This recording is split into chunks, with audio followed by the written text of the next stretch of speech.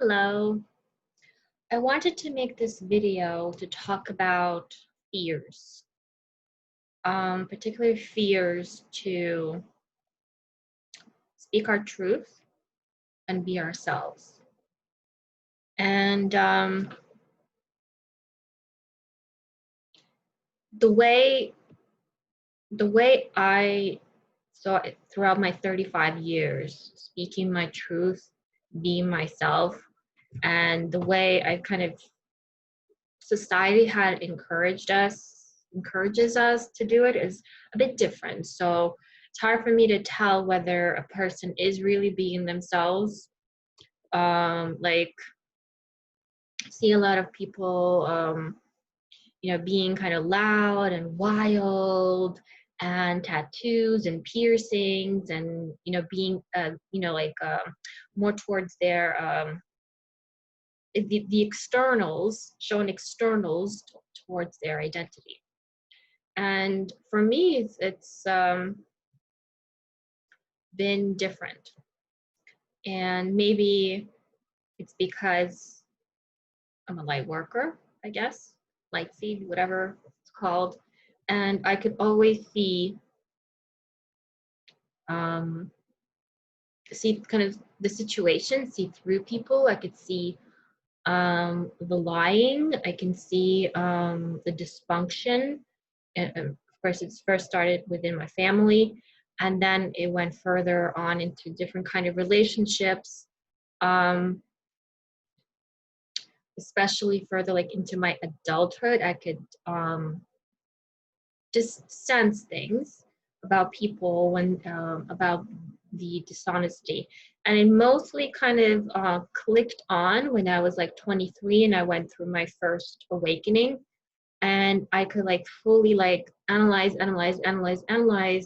all the things that I wasn't seeing prior to the people I was with at the time. So that's why I left them.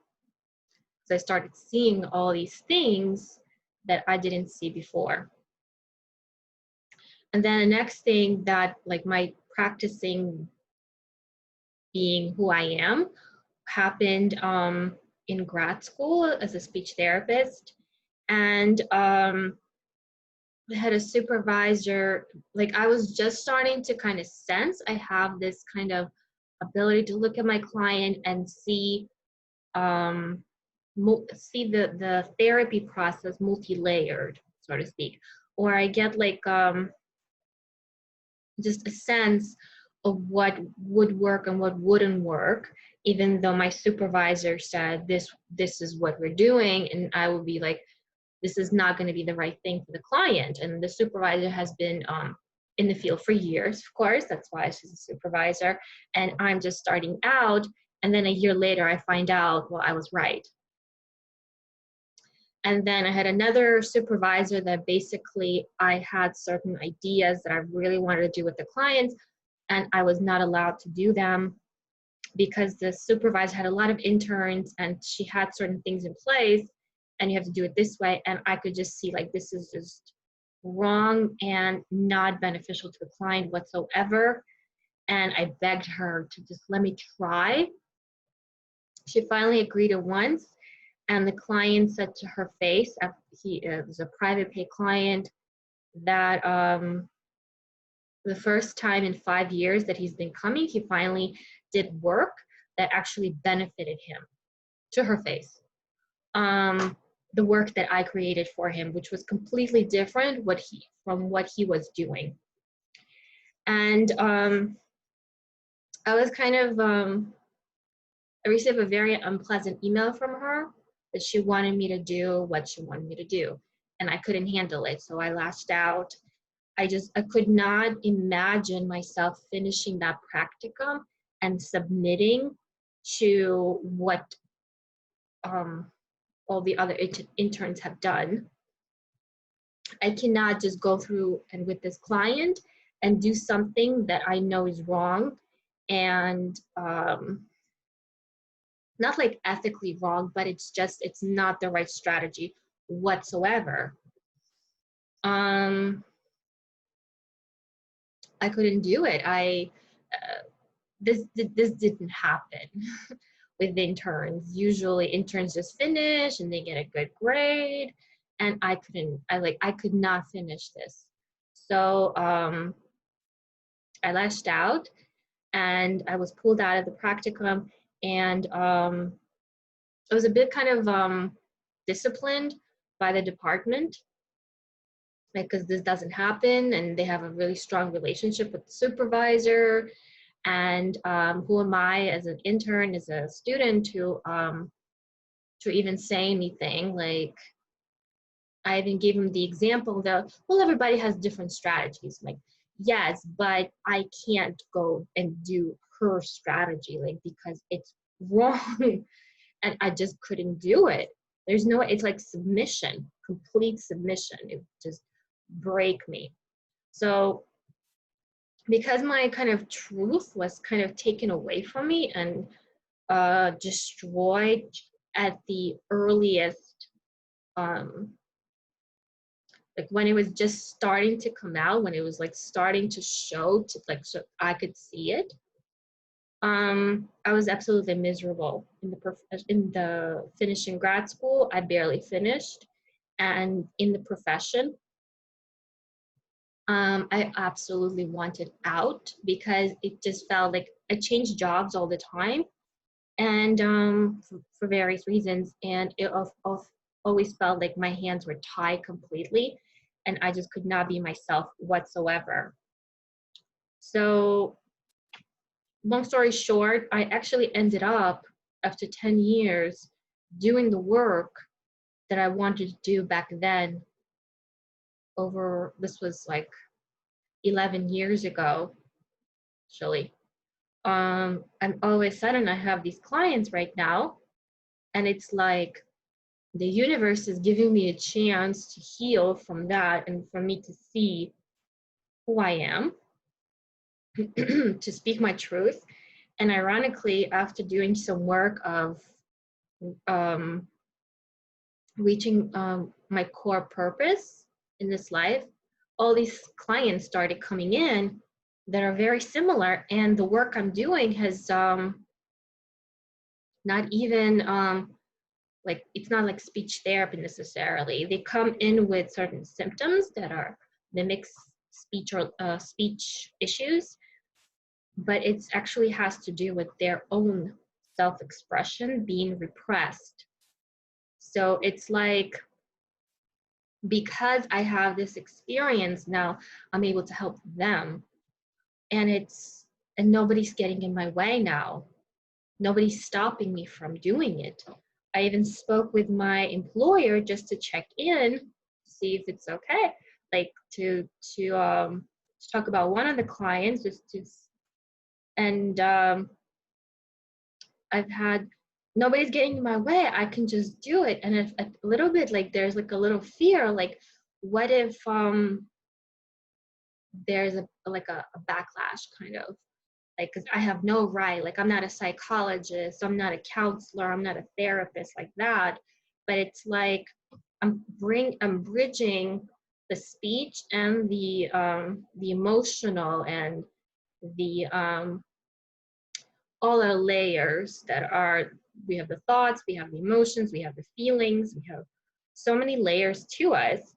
And I've seen therapists myself,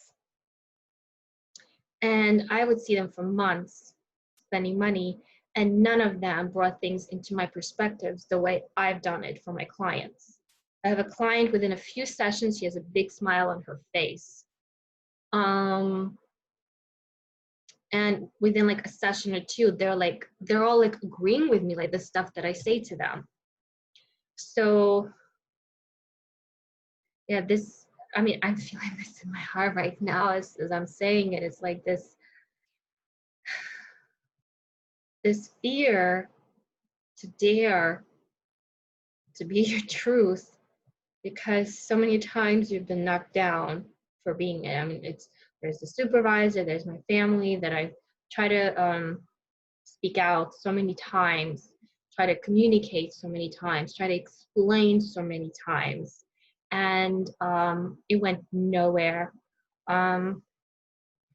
in self-help books, therapists will say, you have to have a good communication. You got to be really open and assertive, and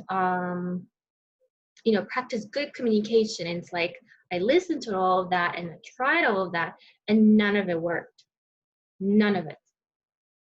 So maybe in certain circumstances, good communication skills help. But when you are in this system, whether it's a family or educational system, with supervisors and professors, they have a system in place. And the family has a system in place, has no interest in change. No, sorry, communication skills are not going to help here. It's not even a matter of what will help or not. It's recognizing that, who are you in all of that, in the system? And learning how to stay true to yourself within the system as well. Within the family, you can't really, I know some people just completely leave the family and never speak to anybody again. That's not the case. That's not really possible in my case.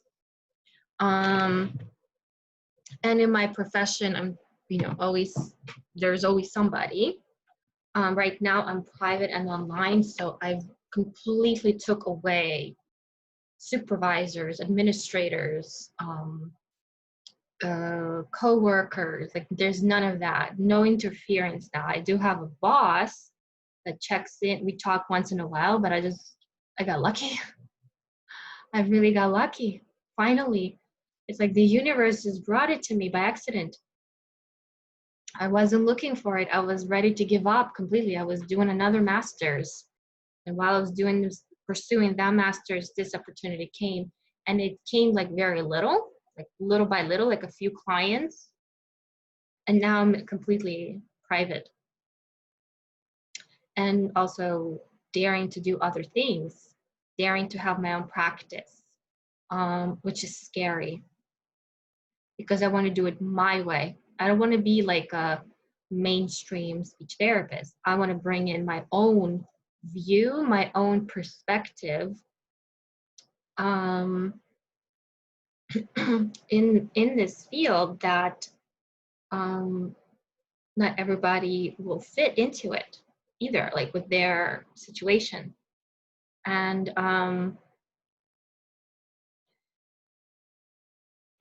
it's like 10 years of abandoning my views, my abilities, and all of a sudden I'm told, you don't need to.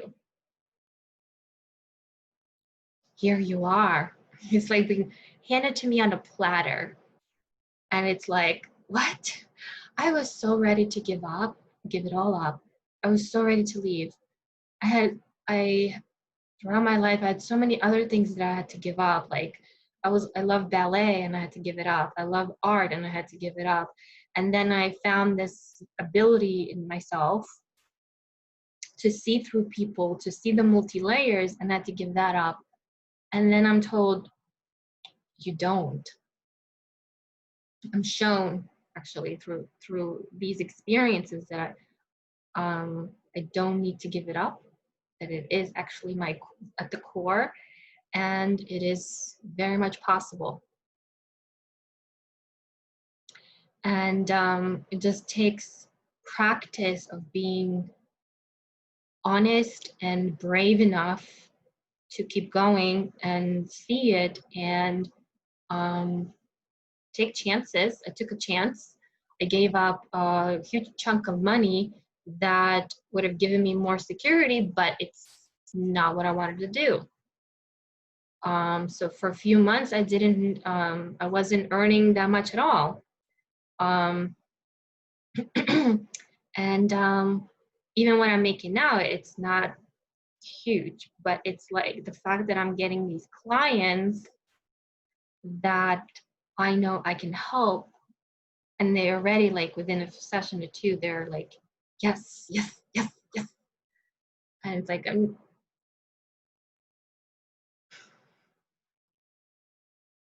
in 35 years, nobody's ever agreed with me. No matter who I spoke with, whether family or friends or classmates or co-workers, I've never had somebody that agreed with me. I was so used to being pushed down, knocked down. It was like, because I look at things differently and not the mainstream, it looked like I can't handle the mainstream. So that means I'm not competent enough, I'm not good enough as a speech therapist. And I always felt like I'm not good enough to be a speech therapist because I had to just fit into the mold. And the mold was very limiting for me. Excuse me. In here.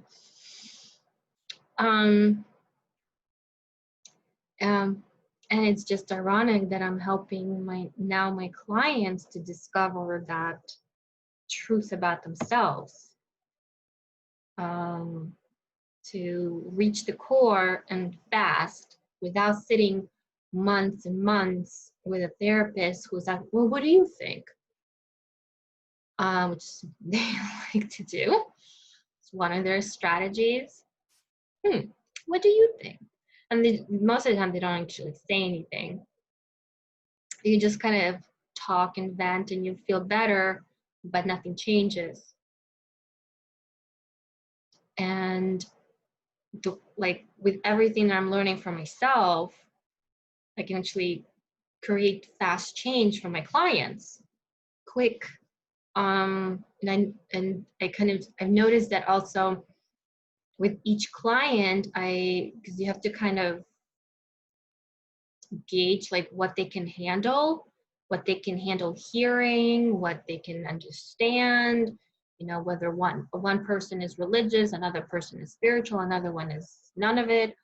And it's like, I've noticed that it just can't comes easy for me to figure out what words to use, how to deliver my view, which varies, but it comes easy for me. It's not hard, and it's just like unbelievable right now. Like, this is me. This is what I wanted to do. Like, I know looking back at that internship 11 years ago, I mean, it just makes me want to cry. Like, if I was given a chance, I would have done really, really good work for these clients. I would have worked my butt off for them.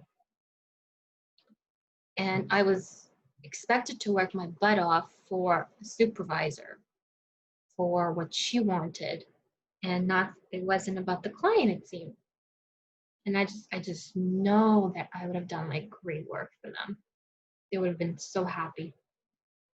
And it really hurts,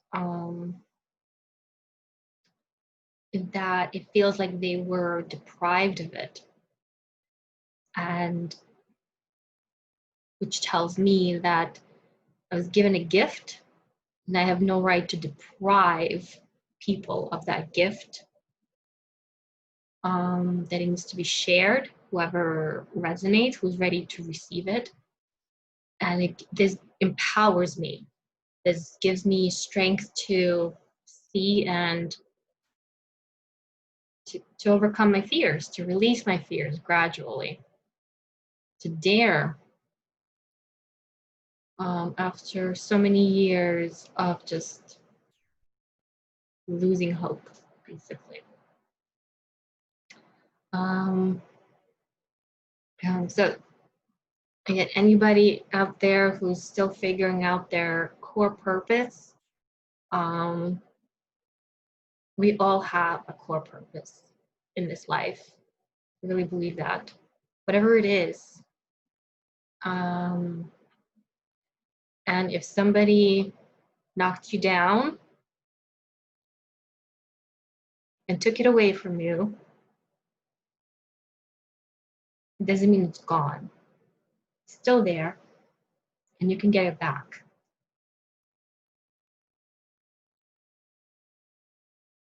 You can definitely get it back.